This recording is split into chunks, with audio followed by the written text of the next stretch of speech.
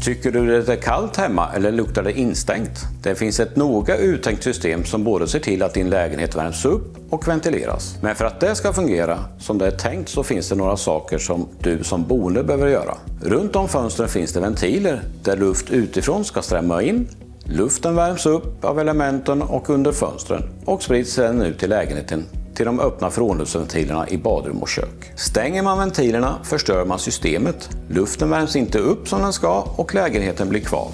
Dessutom riskerar du att luften tar vägen via ytterdörr eller lister om du stänger ventilerna. Då kan du få kallt drag på golvet eller lukt från dina grannar. Ventilationssystemen kan se lite olika ut och i vissa fall behövs inte ventiler i fönstren. Om du är osäker eller vill veta mer om vilket ventilationssystem du har i ditt hem så kan du höra av dig till din fastighetstekniker. För att få bra luft och värme i din lägenhet, tänk på att inte möblera framför elementen, att inte hänga gardiner framför termostaten på elementet, att hålla ventiler öppna och rena och vädra snabbt med korsdrag. Den första viktiga saken är att möblera bra så att systemet funkar.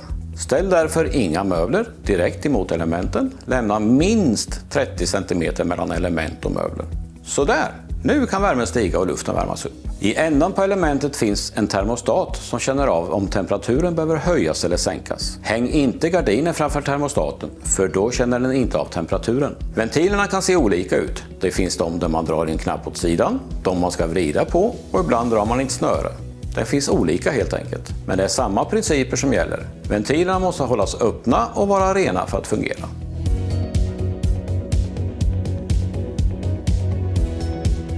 Snabbvädra med korsdrag istället för att låta fönstret stå öppna längre tid och se till att ha badrumsdörren öppen.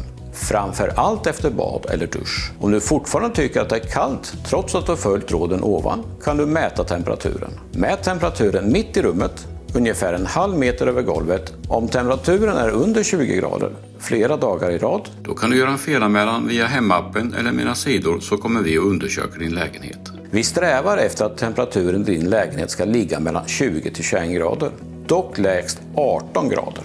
Ha det fint!